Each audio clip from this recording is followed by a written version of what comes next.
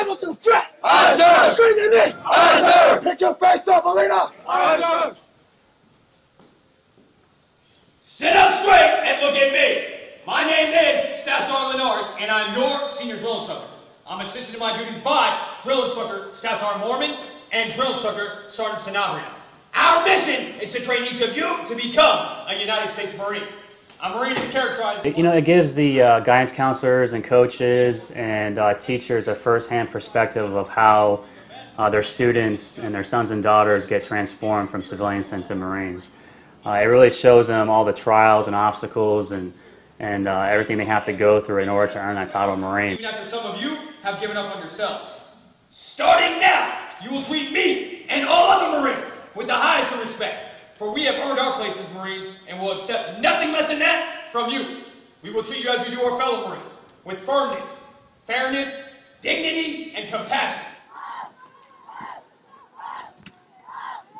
It was rainy, it was dark, it was dank, and I was almost happy that it wasn't 70 degrees and sunny, because it really let us see what the experience is. Girl, head nice straight to the front, and your mouth is shut.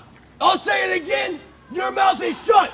This is the only position from which you will speak to any Marine, sailor, or civilian personnel during your stay at Parris Island. I've never really been pro-military, so I wanted to get a new perspective and come down here with an open mind to learn a little bit more. 6, 5, 4, 3, 2, 1. Okay, that means you stop moving. You! Back there, that means you stop moving. All you say, aye, sir. Aye, sir. Now, I'm not that young, so I was saying to myself, okay, I can get on the yellow footprints, I can probably get up and down or run back and forth, but I don't know how much of this I'm going to be able to do. So I was a little apprehensive that it was going to be really stressful. Yes, sir. Go.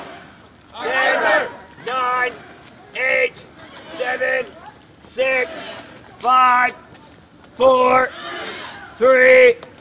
I think one of the most challenging things for me was coming into the unknown. I'm going to have you stand up and I'll hold down. I'm not even putting any resistance. There's no more gravity here. Climbing up the 6 floors was, I said, okay, you've committed to this. And I just looked at the Marine that was there helping us, and I just locked eyes with him, and I said to myself, you're not going to let me fall or get hurt, so I'm just going to put my trust in you. But when you're standing on a 6-foot platform, 6-story high platform, and your heels are off in the air, that was the hardest part for me. Stepping off wasn't that hard, but standing there with my heels off going, okay, in a second you're going to just step into nothing. So I just locked eyes and went, you know, you got me, buddy. Don't let me fall. Today's ceremony is about recognizing these Marines in formation and what they've accomplished in order to get here today. Really neat. And to have them be from my house. So they weren't just from Malden High, they were my kids. I knew them, and I knew them very well.